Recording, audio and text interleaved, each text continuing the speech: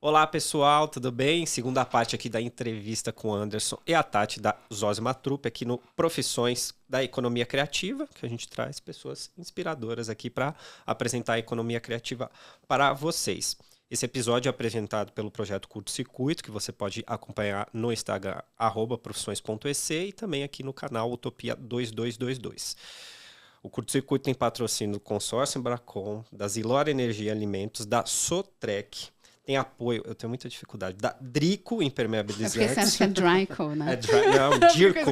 Eu acho que eu vou falar Dirco. Tá. Drico Impermeabilizantes, tem que falar, tão difícil conseguir apoiador e patrocinador, né, gente? Vou falar Sim. direitinho. É uma realização da Branca Lione, da Carbono 60, do projeto Profissões da Economia Criativa e do governo, do Ministério da Cultura do Governo Federal. Eu sou o Leonardo Cássio, um dos apresentadores, sou um homem branco, de cabelo castanho claro, olhos claros também. Estou usando uma camiseta branca com uma frase muito inspiradora, que é: eu sou suave, vocês que me estressam, e comigo a Thaís Polimene. Meu nome é Thaís Polimene, eu sou uma mulher branca, tenho um cabelo liso, castanho, com franja, tenho olhos castanhos também. Estou com um batom rosa e um macacão jeans claro, e estou com um brinco de caju vermelho. E aqui à minha frente estão o Anderson e a Tati, que vocês já conhecem da primeira parte, se vocês não assistiram. Depois daqui, vão lá assistir. Mas só para a gente fazer a autodescrição de novo, se apresentem rapidinho. Eu sou a Tati Lustosa, eu tô com um rabo de cavalo, eu tenho cabelo castanho escuro, eu me considero parda, também tenho os olhos castanho escuro, tô com um brinco verde e azul, e também tô com um vestido bem colorido, assim, com cores vermelho, laranja, azul. Do Chile. E tô com um batom nude. Chilelê. Eu sou Anderson Maurício, me considero caboclo, tenho um cabelo comprido, enrolado, olhos castanhos escuros, cabelo também castanho escuro, tô com uma camisa rosa escura e uma calça verde jeans e tenho bigode. Olha, às vezes a gente esquece, né? Algumas Esquece, coisas. Às vezes eu vou falando, olha, por exemplo, eu tô com uma xuxinha no braço direito, esqueci também de falar. O que eu mais vejo é a pessoa esquecer que usa óculos, assim, mais comum. Total, muita Mais gente. comum, muito. Nossa, e muda muito, né? Mas é que acho que já faz parte Já da tá pessoa, ali. né? Sim, Acho que ela sim. nem lembra. Sim. Bom, no final da primeira parte aqui desse episódio, o Anderson terminou falando sobre o artista ter uma vocação, ou qualquer pessoa ter uma vocação, né? Mas descobrindo a vocação já fica mais fácil lidar, né, com esses obstáculos aí. Só que a dúvida é, como descobrir a vocação? Não sei, como vocês descobriram, né? Sei que talvez não seja igual para todo mundo, mas vocês contando assim. Bom, eu posso falar duas coisas, assim. Posso falar um pouco como eu descobri a minha vocação e depois falar um pouquinho sobre como eu também sou um educador e vou encontrando com jovens, né? Eu acho que eu venho descobrindo, a partir da gestão cultural também, alguns jeitos Nossa, perfeito, de gente. fazer com que as pessoas descubram um pouco a sua vocação, né? Bom, a minha, eu descobri... eu acho que primeiro que a gente só descobre mesmo experienciando, né? Se você não for experienciar aquilo que te toca, aquilo que te chama, e aí você vai experienciando e você vai vendo se é aquilo ou não. É o que eu sinto. Eu fui fazer um curso de teatro, primeiro assim, vou contar essa história. Essa É que é uma história que eu não incrível. conto muito. Agora ele tá Mas tendo coragem, tô tendo gente. mais coragem de Ele tá contar. destemido. É isso aí. Tá vendo? Porque assim, sujeito periférico, assistindo televisão, adorava novela, eu ficava imaginando Essa várias história é novelas. ótima. E tinha uma novela que eu gostava muito, mas quando eu era criança, que era Bebê a Bordo. Nossa, Por quê? bem antiga mesmo, né? Por causa da abertura da novela, que tinha uma música da Carmina Burana, né? Nossa. que é uma ópera. E eu acho que eu ficava assistindo aquilo, né? A televisão, ela só te manda, mas você não manifesta, né? Você não expressa aquilo que você sente, né? E eu acho que aquilo mexia muito comigo. E ok, tá. Um dia, o Faustão fez um concurso, Garoto Corpo Dourado, na televisão. E eu falei assim, tinha 15 anos de idade, pesava 60 quilos. E eu falei, vou ser esse garoto corpo dourado. Peguei o endereço e fui fazer o teste pra poder fazer. Quando eu cheguei lá, acho que a mulher olhou assim, assim, meu Deus, é cada figura que me aparece, né? Ela falou assim, tá, antes de tudo, você tem DRT? Aí eu, DRT? Eu falei assim, não. Mas não falava no anúncio que tinha que ter DRT. Justo. Já daria um processo. É raro, Já tinha uma linguinha afiada. É raro. Boa. Aí ela falou assim, tem que ter DRT. Eu falei assim, e hoje eu consigo isso? Que eu queria conseguir o DRT pra poder. Ela falou, eu acho que você tem que ir numa casa de cultura. Aí eu lembrei que tinha uma casa de cultura, assim, lá no Itaim, que era um pouco longe da minha casa. Eu falei, eu vou lá e eu volto. Ai, que bonitinho! Logo eu tô aqui com o DRT na Aí mão. fui lá buscar o DRT. Cheguei lá na casa de cultura, falei, eu queria um DRT, porque eu precisava fazer, não sei o que e tal. Era o seu corpo dourado, entendeu? Eu vou ser esse garoto. Fazer essa novela aí que vai ter e tal. Aí ela falou assim, olha, não é assim, né, DRT, você não tem o DRT aqui, mas tem um curso de teatro, você quer fazer? Aí eu falei assim, então tá bom, eu vou fazer. Que maravilhoso. E fui fazer esse curso de teatro. Quando eu fui na primeira aula, essa professora falou assim, vocês vão... Era um espaço gigante, assim. Vocês vão dançar, expressar, mexer corpo e tal. Eu vou colocar uma música aqui e ok. Que música que ela coloca? Carmina Burana. Na abertura. Eu dancei, eu voei, eu acho que eu me expressei assim de uma forma tão linda. E nesse processo, eu fiz uma prece interior. Eu falei assim, eu quero fazer isso pro resto da minha vida. É isso que eu quero fazer. Então, acho que ali eu descobri minha vocação, que era me expressar.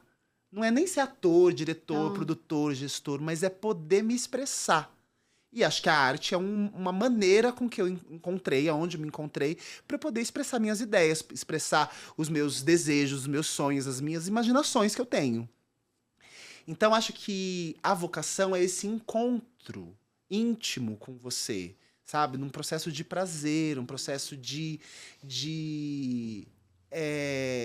conexão mesmo, sabe? De falar assim, nossa, gente, é isso que eu quero fazer. E eu tô fazendo até hoje.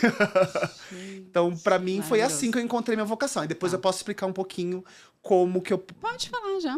Eu ia falar pra Tati falar Vocês como ela sabem. descobriu a dela, depois eu falo a minha. Você conseguiu o DRT? Hoje eu consegui. Alguns, muitos Aliás, o depois. que é um DRT? O DRT é um ótimo. registro que você... É uma licença para você poder trabalhar profissionalmente. E como que você consegue esse registro? Existem dois jeitos, vamos dizer assim. Um é você fazer diversos trabalhos de forma amadora, que não é uma forma profissional, e você vai no SATED, você comprova que você vem atuando há alguns anos, aí precisa entender quantos anos, eu não sei quais são. Algumas regras. Tem algumas regras. E aí você entra com um processo dizendo, não, eu já fiz diversos trabalhos, então eu tô apto a trabalhar profissionalmente. Aí eu acho que você paga um valor e você faz isso. O outro jeito é você fazer um curso profissionalizante, né? Como Uma eu fiz a instituição. Fundação das Artes, eu me formei também na SP Escola de Teatro, e depois que você se forma, você faz de novo, você pega esse processo seu de formação, leva no SATED, não sei se é no SATED ou no Ministério do Trabalho, não lembro agora. Ministério do Acho Trabalho. que é do Mas tem Ministério do instituições Trabalho, que você entrega o E aí material e, você eles tira fazem seu- trâmite. esse seu registro, É como se fosse Como a ator, OAB né? como se fosse a OAB ou o de médico lá, CRM, né? Isso, né? isso. É esse registro para você poder trabalhar profissionalmente. Perfeito. Gente, eu não sou tão poética como o Anderson. Pois você viu. Eu não sou tão poética como ele. É aquela imagem dele dançando Carmina Burana, olha. Imagina que lindo. Não é? Olha, eu acho que eu demorei muito para poder descobrir minha vocação. Tá. Eu acho que sempre fui muito intuitiva e às vezes a gente demora para ter consciência das Muito. coisas, né? Primeiro, eu queria fazer teatro quando eu falei, quero fazer teatro, eu queria entender como eram os bastidores. Não era nem muito pra ser atriz, porque eu era muito, assim, tímida, eu era fechadona. Então, aí teve um amigo da família, eu acho que eu mais me descobri como produtora do que como atriz. E aí depois ficou tudo junto, misturado. Porque eu queria muito fazer teatro. Eu achava legal, nunca tinha ido. Atriz premiada, tá, gente? Olha aí. Muito Tá modesta. escondendo. Tá escondendo. E daí eu queria fazer teatro. Eu acho que, de alguma forma, eu tinha uma necessidade de me expressar. Eu era muito tímida, assim, na infância. Eu tinha pouquíssimos amigos, assim, eu me sentia muito sozinha, às vezes. E aí, um amigo da família começou a fazer um curso de teatro numa casa de cultura lá em São Miguel. E eu falei pra ele, você dá aula pra mim? Porque eu não tinha idade pra fazer. E era longe, não dava... Aí ele falou assim, olhou assim, não, né? Eu tô fazendo lá pra mim. Eu falei, não, mas é tudo que você aprende, você me ensina aqui. Você pode me dar. É justo. Aí ele falou, arruma umas 10 crianças aí que eu faço. Aí eu arrumei 12. Eu acho que ele não botou fé. Produtora. Ai, ó. Eu tinha 12 anos. Aí agora eu entendi que eu já era produtora. Total. Aí ele falou assim... Eu falei, eu arrumei 12, porque se alguma desiste, não fica tão defasado, entendeu? Já pensando, né? Pode ter Aí ele não alguma conseguiu coisa. dizer não. E aí ele dava aula no quintal, ou na garagem de alguém, ou na garagem da minha casa, ou no quintal de um amigo dessa turma. E aí ele dava mesmo.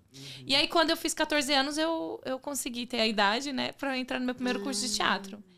E aí eu digo que o curso de teatro, pra mim, me deu uma alegria na vida. Eu encontrei a minha turma. Eu tinha a sensação de que eu fiquei vagando na vida, assim, tentando entender o que eu queria. Quando eu descobri a galera do teatro, eu acho que eu não tinha amigos porque eu acho que eu não me encaixava, entendeu? Em lugar nenhum. E aí, esses amigos são meus amigos até hoje.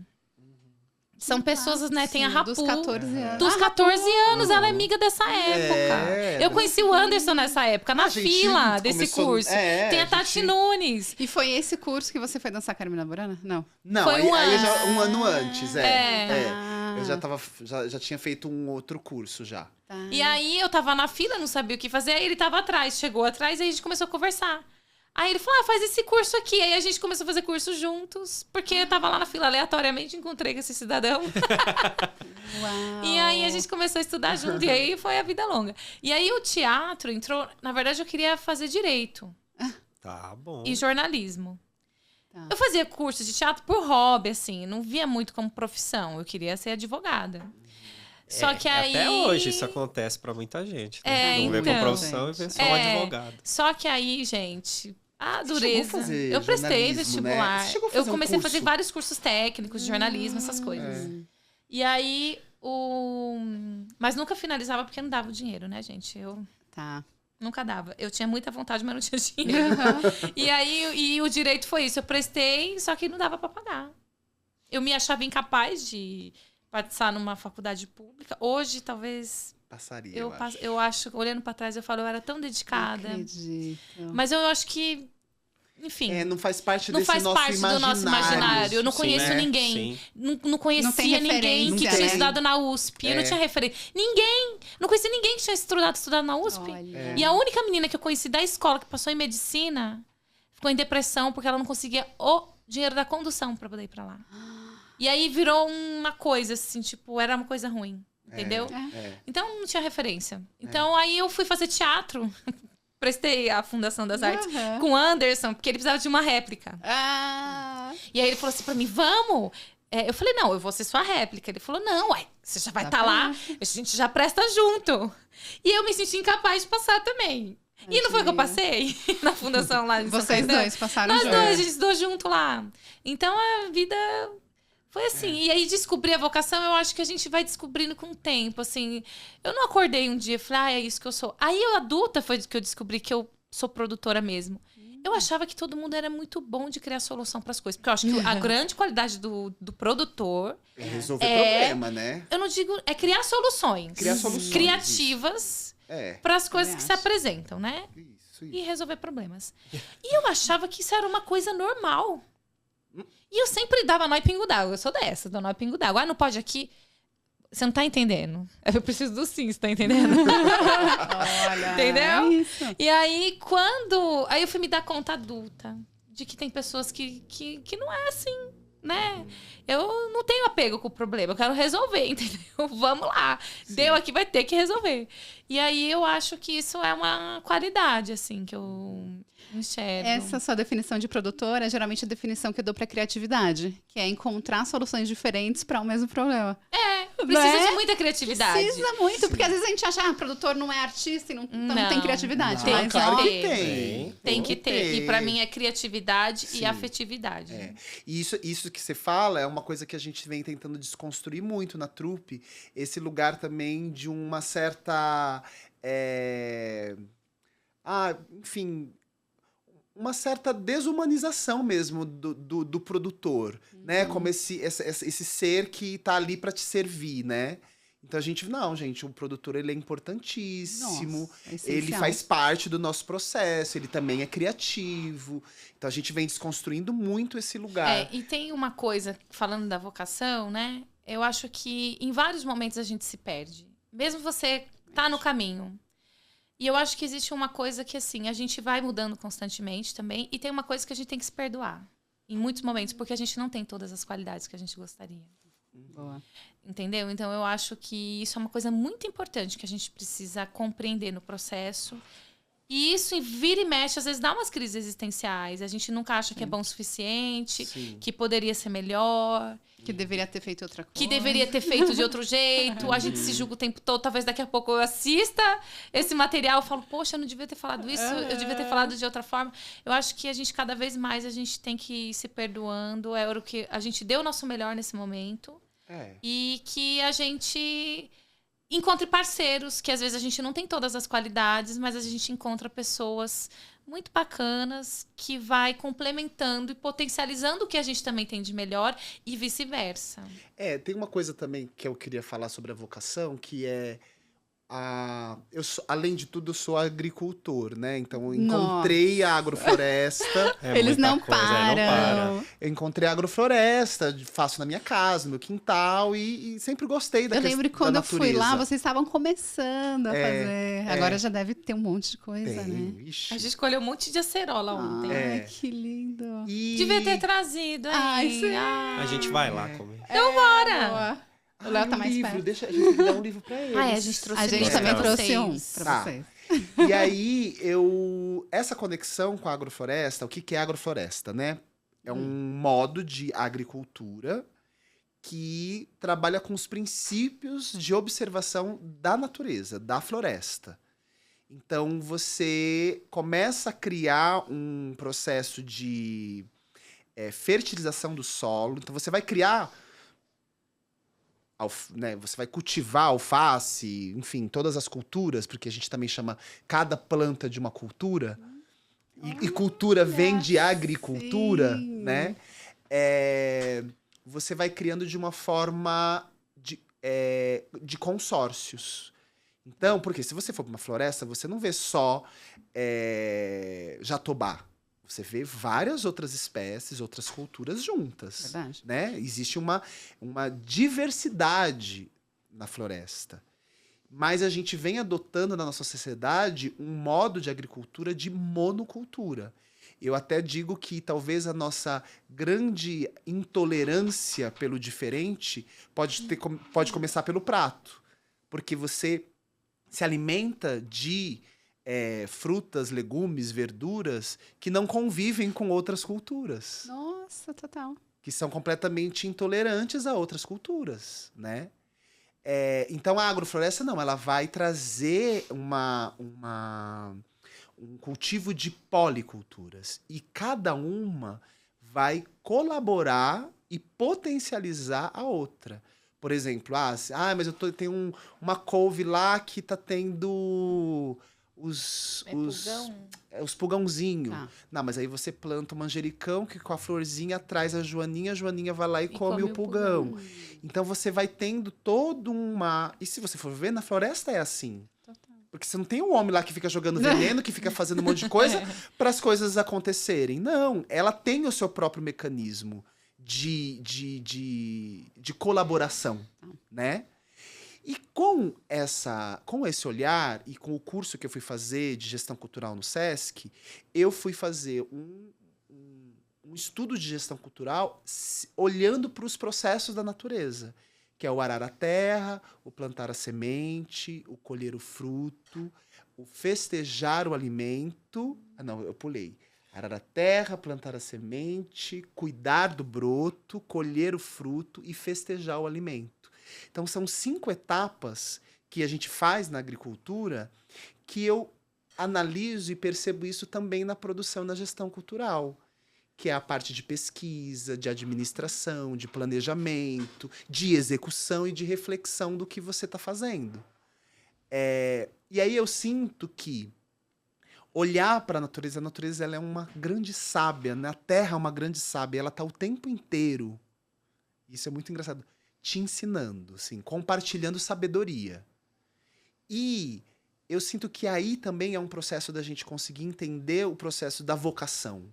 Do que eu sou? Eu sou uma goiaba? Eu sou uma mexerica? Eu sou um alface? O que eu quero para minha vida? Qual é o tempo disso?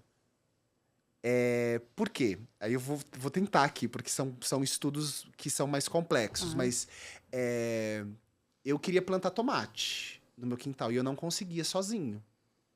Porque eu não entendia algumas coisas. Estudava ali e não entendia algumas coisas. Eu chamei um amigo agricultor, ele me ensinou vários macetes. E eu colhi muito tomate. Eu consegui ter tomate. Eu queria plantar pêssego. Só que eu tava com pêssego debaixo de uma sombra. Não dava pêssego. Eu tive que mudar o lugar para poder plantar. E se eu quiser plantar caju no meu quintal, não vai dar caju. Tá, você já sabe que não vai dar. Porque caju, ele precisa de uma sol, área né? do Nordeste. Então, o que eu tô querendo dizer é que, às vezes, a vocação, ela tá muito ligada a esses processos de análise de você, né? Ela falou, eu encontrei a minha turma, me encaixei. Eu falei, eu tive uma conexão, né? É um processo que parece que você apazigua, porque você compreende que, gente, eu nunca vou ser caju, porque eu sou mexerica. Uhum. Entende? Eu acho que a natureza ela vai fazendo com que você entende alguns princípios de tempo, de território, que você fala, opa, tá aqui, não tá lá. Então começa pelo autoconhecimento, né? Começa por um processo de autoconhecimento, um processo de uma análise que você faz consigo, utilizando às vezes, o próprio externo, para que você consiga compreender. E de experimentação. Se você não tivesse a oportunidade de fazer uma aula... se eu não tivesse plantado o pêssego ali na sombra, eu não ia saber que não ia dar ali. E os períodos também, porque às vezes a gente tá cada vez mais vivendo um processo de instantâneo, né? Tudo de imediatismo. Então, se você quer colher uma mexerica, você precisa de 2 anos, no mínimo. Então, não adianta eu ter uma ansiedade para eu colher a mexerica, sendo que eu preciso ter 2 anos. Então, eu sinto que esse processo de gestão e essas análises que eu vou fazendo faz com que a gente consiga apaziguar e compreender um pouco os tempos e as culturas. E eu acho que isso é também uma ferramenta de você compreender a vocação. E é importante, assim, você desejar, né? Desejar e experimentar, né? Porque é isso, às vezes a gente fica tão... principalmente pra gente, assim, seres periféricos e tal, são tantas limitações que a gente tem que a gente às vezes fica até com medo de desejar, isso não é possível, isso não é pra mim. Então nem a gente sabe que pode nem desejar, sabe que pode, né? entendeu? Então, Sim. assim, a gente tem que desejar o que a gente quer. E a gente tem que criar uma forma de experimentar pra ver se é isso. Ou não, entendeu? Porque é isso, quando a gente falava que queria fazer teatro no ônibus, no Anderson mesmo, né? As pessoas riam, tipo, ai, coitado, tem onde cair morto. Ri agora. Vai. Ri agora. Você entendeu? Assim, era... E as pessoas debochavam, assim, tipo, meu, coitado. Ai. Eu tenho uma imagem poética também. Eu tô falando disso porque muitas pessoas me procuram estão em crise. Ai, o que eu vou fazer? O que é a minha vida? Pra onde que eu vou? E às vezes Geralmente é a galera da arte ou não? De todas as áreas? Geralmente da arte. Tá. Porque eu acho que a arte é isso. Assim, você às vezes É uma deseja... força de crise. Às vezes você deseja e você entra nesses... É porque tem muita essa conexão também, a arte, e é o né? pessoal que eu encontro. Mas eu tenho uma imagem poética que eu ainda não defini muito bem, mas é uma imagem da constelação. Tá. Eu sinto que as respostas da nossa vocação tá sempre num processo de passado. Que, claro, que vai para um futuro. E o que eu quero dizer com isso? Hoje, Utopia. A gente tem uma... Hã? Tem a ver com o nome do É porque canal. a gente tem um videocast chamado Utopia 2222, que é o nome do canal, porque não é mais Cult Cultura, né? Agora é Aham. Utopia 2222. Ah, E aí, Utopia a gente pensa em utopia, essa coisa da gente imaginar para conseguir alcançar alguma coisa. sim. E o 2222 é do Expresso 2222, que ele fala do futuro, mas com base na ancestralidade. Então, Sim. como a gente pega todo o conhecimento Sim. do passado para a gente conseguir construir um futuro? Sim. Porque eu tô querendo dizer que a nossa trajetória, ela tem um começo, ela vai ter um fim. E um fim pelo menos carnal, vamos dizer assim. E ela prevê uma constelação. Então é como se a gente estivesse construindo a nossa constelação aqui. Tá. Então, para eu entender essa constelação, eu tenho a noite, porque é só na escuridão que a gente consegue ver essa constelação. Mas eu tenho as estrelas. E essas estrelas são marcos Nossa. que a gente tem na nossa trajetória. Que pode ser uma coisa boa e também pode ser uma coisa que não é tão boa. Uhum. Mas é uma coisa significativa. Que não tem como você olhar pra sua trajetória, olhar pra trás e falar assim, e sem isso daqui eu não sou a Thaís.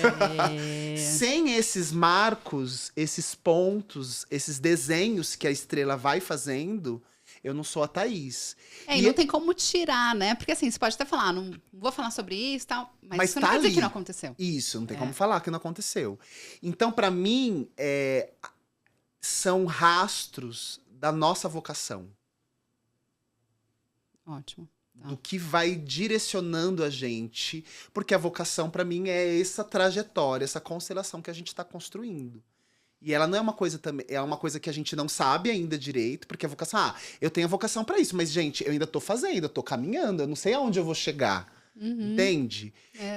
Então, é essa constelação que está sendo construída. Mas, ao mesmo tempo, esses traços, essas estrelas, elas me dão um norte, elas me dão uma linha da onde que é. Pra que eu fale assim, agora eu vou ser enfermeiro. Mas, gente, por que eu vou ser enfermeiro? Aonde que eu tenho esse traço de... Entende? Não, peraí, gente, eu tô meio perdido, mas não, isso daqui, é aquilo. Não, é isso. Eu não sei para onde, eu não sei qual é a próxima estrela, mas eu tô nesse caminho. Esse é o caminho. Enfim, é meio E poético, as pessoas mas conseguem entender quando você eu sinto que sim. chega essa Eu sinto essa sim, imagem. porque eu sinto que elas, às vezes elas não chegam a me falar, porque é isso, tem coisas que às vezes a pessoa não quer compartilhar, mas eu sinto que elas vão por esse processo, aonde é significativo, aonde foi forte, aonde me definiu e me foi me desenhando. é claro que quanto mais velho a gente vai ficando, as coisas vão ficando um pouco mais claras, assim, né? As estrelas ficam mais brilhantes. Sim. A gente vai compreendendo mais, assim, que isso O faz desenho, né? esse caminho, né? Mas quando a gente é muito jovem, existe uma ansiedade de querer saber, e aí Sim. o lance é experimentar mesmo, e aí você... E essa escuridão da noite ela faz parte. ela faz parte A mesmo. gente se perde, e às vezes a gente se Nossa, perde, né? ótimo. E às vezes a Sim. gente se perde também. É que vocês falaram algumas coisas que eu acho muito interessante, mas para comentar uma pontualmente, essa coisa que vocês estão falando sobre experimentar, e muito que a Tati falou sobre periferia, que eu também cresci em periferia, e parece que quando a gente... Aquilo que você estava dizendo, assim, a gente não pode sonhar, tem coisas que não são, né, pessoal de periferia.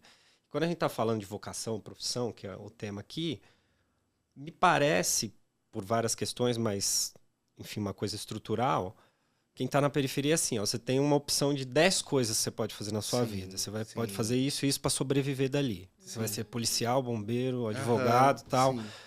E a ideia do projeto é justamente isso. A gente Ampliar isso, ampliar, sim, que é uma sim. coisa que eu estava pensando aqui. Gente, vocês pesquisam ônibus, que é uma coisa urbana, uma máquina, e tá falando sobre agroecologia, sabe? Tá É tudo tipo, conectado você ao vê mesmo uma linha tempo, de né? raciocínio nas coisas, as coisas Sim. estão diferentes. Sim. Mas eu acho legal isso que vocês falaram, justamente para quem é de periferia ou de uma área mais vulnerável, que assim, tem muita coisa. E acho que o pior problema mesmo é isso, que a gente não tem experiência. A gente assim, ó, te dá uma... Você tem que fazer faculdade, ou tem que fazer alguma coisa para Não tem sobreviver. experiência, não tem referência, Não tem né? referência. É. Vocês estavam falando sobre... Eu estava pensando aqui lá no meu bairro, o que eu tinha de arte quando era criança. Que era na Zona Sul, né? Na Zona Sul, no Campo Limpo. Uhum. Eu só lembro da igreja. É. Da igreja. a igreja que é as é um festinhas grande- de igreja, Sim, música. sim. E que era igreja católica, mas hoje em dia já aumentou Tem- e é, tem várias sim. evangélicas. E né? as escolas públicas, mas muito por alguns professores ali, sabe? Sim. Não a escola, assim, o Sim. sistema educacional, mas o E professor, não como um a professora. projeto, É, né? uma coisa assim, É ó, uma coisa ali. Individual, pontual, né? É, Sim. sim. Não, o sim. grande projeto mesmo da periferia é isso. Infelizmente ainda a gente tem muitos desafios para vencer, mas é isso. vocês estão lá. né? É um projeto assim de poucos avanços ainda. Assim. A gente tem muito que avançar. A periferia, a gente convive diariamente olhando, né? A juventude, né? E é muito complexo ainda. A gente tem muita coisa que precisa avançar, mas a gente também tem potencialidade. Eu acho que é isso que precisa a gente compreender. Às vezes, essa Sim. forma de lidar com as coisas, a gente não perde oportunidade, a gente dá um jeito das coisas acontecerem. Porque é isso, é tudo ou nada. Quando a gente começou, eu falava, ninguém conhece a gente tem nada a perder. E eu continuo no tudo ou nada, entendeu? Aí eu vejo que é uma característica nossa, é tudo ou nada. Sim. Porque é isso, a gente vai perder o quê? Entendeu? Mas a gente tem muito o que ganhar. Quando alguém entra no nosso ônibus e a gente deixa as coisas assim muito... Existe uma estrutura que precisa ser seguida, né? A gente tem uma série de coisas, mas também, às vezes, existe esse acolhimento e um protagonismo do próprio público. A gente fez uma oficina com a Madevia Silva sobre autocuidado lá no Terminal Parque Dom Pedro, no semestre passado. E a gente queria encerrar com um banquete. Então, cada um de nós, da trupe, levou o que sabia fazer de melhor e abrimos o ônibus para receber o público que estava passando por lá. E aí as pessoas ficavam, posso comer? Ai, não tenho dinheiro. Não, a gente preparou com carinho, a gente está aqui para servir. E fizemos. E as pessoas foram entrando, não entendendo e comendo sem pagar, porque é isso, né? A gente acha que a gente não pode adentrar os Tem lugares. direito, Né? Por exemplo, a primeira vez que eu entrei no Teatro Municipal foi para trabalhar, não foi para assistir uma Não. ópera, assistir um balé. Sim. Tudo que eu vi lá foi trabalhando. Então, e aí as pessoas adentrando o ônibus e de repente uma pessoa pediu uma música. E o outro pediu e daqui a pouco virou uma balada. E as pessoas dançando, suando. Quando acabou, aí veio um cara de 52 anos. Ele falou assim, vocês não sabem o que vocês fizeram na minha vida hoje. Eu perdi meu filho na pandemia. Até agora eu não consigo lidar com isso. Eu tô na rua, tipo assim, perdeu o rumo. E ele falou, e hoje eu tava disposto a tirar minha vida. Porque eu não suporto mais. E ter encontrado vocês aqui hoje foi um milagre na minha vida. É um sinal de que eu devo continuar. E gritou, viva a vida! Então, entende? Que às vezes aí eu falo, né, do tudo ou nada, mas a gente tem muito que ganhar. Sim. Quando a gente acerta, quando a gente consegue, apesar de tudo, conspirando, falando, não, o teatro não deve estar aqui, a música, vocês não têm que estar aqui. E a gente fala, não, a gente tem que estar. Sim. E aí, isso dá força pra gente continuar seguindo e quebrando com todas as estruturas, porque a gente tem que ter enfrentamento com as estruturas. Fala, não, a gente não vai sair, a gente não vai sair. Ah, tá enxotando? Então, não vai rolar, a gente não vai sair. Então, assim, existe um enfrentamento e às vezes a gente oscila, né, com essas questões burocráticas, principalmente, porque vontade, brilho no olho, força de vontade a gente tem. Nossa, Mas às vezes não dá pra depende perceber. só da gente, mas às vezes também depende de você falar, olhar para a estrutura. Existem regras que precisam sim ser seguidas. Agora tem outras que precisam ser quebradas. E a gente tá aqui para quebrar algumas delas, entende? Então eu acho que exige isso também. É um esforço além. Nossa, eu devia ter trazido um lenço, gente, porque eu tô aqui, ó, emocionadíssima. Mas a gente só tem 5 minutos agora pra Ai, que conversar. temos pra falar? De dois Muita especiais. coisa, né?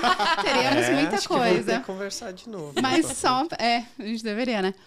Mas só para não perder sobre direção teatral, né? Que a gente não falou. Como você descobriu a vocação, então, para ser diretor teatral? Porque entrar na arte, beleza, entendemos. Sim. Mas aí, né, essa escolha da direção teatral. Ó, a direção, na verdade, eu sempre fui diretor, mas eu não sabia. Por quê? É igual a tinha- Tati, sempre foi produtora. Assim, eu dirigia já minhas cenas, assim, né? Claro, tive meus professores, tive diretores maravilhosos. Eu sou um ator que... porque tem ator também que não gosta de ser dirigido, né? Não, eu sou super dirigido, assim. Eu sou ator também, né? Você é diretor, você tem dó do Mas diretor eu ia pro... também, né? eu tenho dó, Então aí entendeu? você fala, não pode me dirigir, É. não vou te criticar, não vou falar que eu não tô te porque entendendo. quando você... Num processo criativo... Geralmente, né, você leva cenas, você leva propostas, né, de cenas. Então, quando eu já levava já com uma certa direção. Não era só o texto decorado, entendeu? Eu já pensava numa luz, num figurino, eu já pensava, da onde eu venho, a entrada, a saída. Eu tinha um pouco esse pensamento. Mas eu não sabia que que eu poderia ser diretor. E também tem essa coisa do sujeito periférico, que a gente vem aí cada vez mais conquistando um processo de autoestima, mas tem uma baixa autoestima no sentido de, às vezes, você não acreditar naquilo que você faz. E eu tenho toda essa minha estrutura. Eu sou diretor. Percebi que eu sou diretor. Dirigi um trabalho. Não, mas eu vou fazer um curso. Eu também tenho isso. Eu fui lá e fiz o curso de direção. 2 ainda, não foi nem só um. Me formei na SP Escola de Teatro e também na Escola Livre de Teatro, como diretor. Pra falar assim, não, agora eu sou diretor. Eu sempre fui gestor cultural. Eu sou diretor. Não, vou fazer o curso. Fui fazer o curso. Eu gosto de plantar. Eu fui fazer o curso pra plantar. Vocês Pra mim, estudam, né? Eu tenho que estudar, porque... Mas eu também sinto isso, que o curso valida. Valida. Então, mas tem que dar a gente Mas toda às a chance, vezes, né? Da mas valida. claro que o curso é maravilhoso, te amplia muito, mas às vezes você não percebe assim, nossa, eu já fui, eu sempre fui, entendeu? Nossa, gente, olha que eu lá na frente. né? Tem Só que confirmou. Olha que eu lá na assim, ó, frente. isso daí, gente, não é? Deixa Mas eu às dar vezes- esse curso aqui agora. Vocês vão começar Mas no aí, às curso. vezes, você vai fazendo isso, né? Pra você falar, não, agora eu posso dar um curso de gestão, agora eu posso dar um curso de... Então... Mas, por exemplo, o Léo não é muito do curso, mas, tipo, ele escreve há muito tempo. E aí ele já escreveu 2 peças de teatro e Sim. ele ainda fica meio assim de falar que é escritor. E Porque acho que assim, não, vou escrever. isso. Mas já tá em cartaz. Já. Não, lá no Teatro Varese. Não, foi, eu vi que você fez. Então a gente tem esse processo mesmo, né? De você conseguir ter uma validação pra você fazer aquilo que você já faz, né? E que também é bom, não é ruim, mas eu tô falando que às vezes a gente vai por esse processo, né? Isso. E no Cordel do Amor Sem Fim, Não, ele não, quando a gente fazia teatro amador, ele sempre era o que era o assistente de direção. Tudo ele dirigia. A diretora faltava, ele dirigia a gente. Era assim. sim. Sempre foi. Mas aí... Eu nunca fui diretora de nada, gente. É isso, tem Nem vocação. quis, né? Nunca nem passou pela minha cabeça dirigir alguém, nem me Sim, dirigir. Então, se alguém... Sei. E ainda sou uma atriz que dou trabalho. É. Ele fala, você me dá um trabalho. dá um trabalho. Mas aí, Porque quando a gente não foi tem visão de fazer... diretor. É isso. A gente foi fazer o Cordel do Amor Sem Fim, a gente não tinha dinheiro, né, pra poder... A gente fez com um cenário utilizando coisas que já existiam. A gente não tinha dinheiro nenhum pra fazer a primeira peça. Sustentável, né? Sustentável, é isso, sustentável. Muito Literalmente, muito à frente. né? Muito à frente. E aí eu falei assim, gente, como a gente não tem dinheiro pra pagar um diretor, eu vou dirigindo, eu vou orientando vocês. E fiz a peça, consegui fazer a peça. E aí eu olhei pra aquilo e falei assim, gente, eu dirigi uma peça, quero dirigir outra, gostei, né? Só que o Cordel, eu tinha uma coisa assim, que eu era o narrador, então eu sempre tava de fora, né? Era um ator, porque eu nunca quis abrir mão de atuar, porque eu gosto de atuar. Então era um diretor que estava de fora com um personagem e eu consegui. Aí eu falei, será que eu consigo dirigir outras? E foi indo, então eu consegui fazer isso. Aí agora o que o diretor faz? Aí fui estudar para poder também ter essa validação. E hoje a gente tem 14 trabalhos, a trupe. Você dirigiu todos. Eu só não dirigi um. Então você diria 13, é isso que eu ia 13 falar, o trabalhos que eu número. dirigi. Ontem a gente fez uma entrevista 13, também que era 13. tudo 13. 13 anos, 13 13 espetáculos. espetáculos. E Sem contar os projetos. Não, mas fora as fábricas de cultura, que eu dirigi mais 5 trabalhos. Aí eu fui trabalhar na fábrica de cultura, que era no palco italiano. Que pra mim foi uma delícia. Eu não imaginava que eu dirigia em palco italiano, porque eu só dirigi em ônibus. E fiz trabalhos, assim, alguns que eu acho que é até melhor do que a trupe. Fiz trabalhos lindos, assim, com jovens. Foi muito gostoso. E foi no palco italiano. Agora, o que o diretor faz, né? A minha visão dessa profissão do diretor. Porque também existem outras visões. Eu sinto que o diretor, quando eu fui fazer a SP Escola de Teatro, eu percebi que o meu grande potencial era RH. Que é você administrar os egos, as pessoas. Os espíritos. É uma grande sabedoria isso.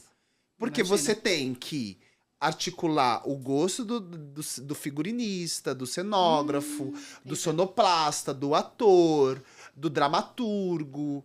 Você tem que, da iluminação, você tem que, de alguma forma, administrar todos esses criadores. A atriz perdida, que não lembra de nada. E todos eles querem destaque pro seu trabalho. E tão certo, porque de fato precisam. Só que, às vezes, o cara da luz, ele bateu no figurino da menina, era verde, virou outra cor.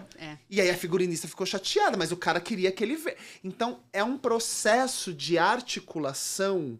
Eu digo que o diretor é um grande maestro. Ele vai, de alguma forma, compondo com todas essas expressões, né? Esses desejos, essas pérolas. Porque são pérolas que, se você conseguir juntar, você faz um colar. Senão você não faz o colar, né?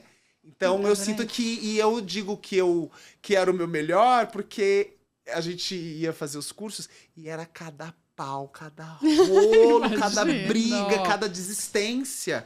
E nos meus trabalhos é sempre muito tranquilo.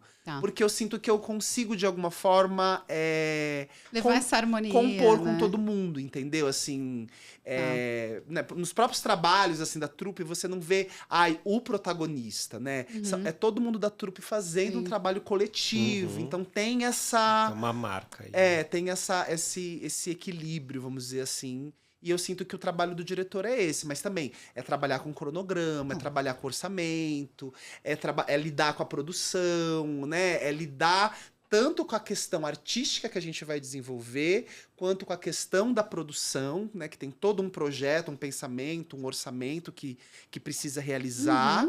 E também o público, lidar com o público, saber como que tá chegando no público. Então, acho que o diretor, ele e que tem, acho que, a ver com o gestor também, porque o gestor, ele também tá lidando com várias instâncias, né? Mas tem a parte artística também, né? Mas aí tem a parte artística, sim. Sim. Olha, eu só queria dar um depoimento aqui, que assim, antes a gente tinha a websérie Profissões da Economia Criativa, que eu fazia entrevista de meia hora. Aí a gente falou, vamos fazer algo maior, porque não dava pra falar tudo em meia hora. Agora a gente teve 2 horas e não deu pra falar tudo ainda. Vamos ter que fazer mais, vamos ter que criar outro.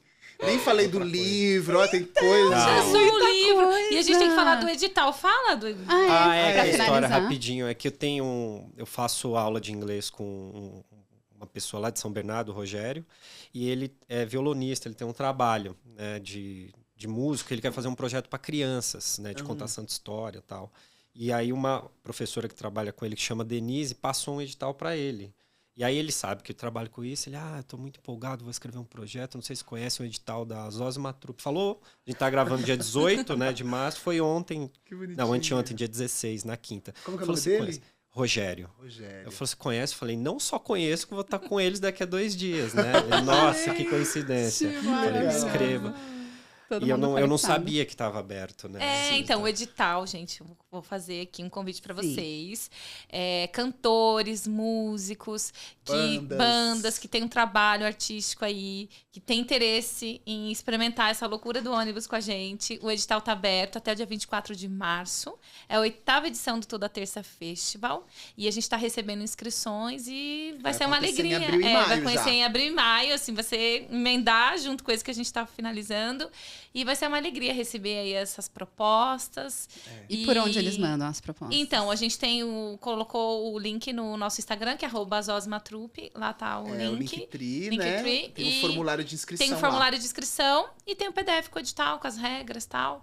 Mas a gente procurou deixar bem simples. E também tem uma coisa muito legal nesse edital. Site também. É que 2 vagas serão destinadas para artistas que trabalham no transporte público mesmo.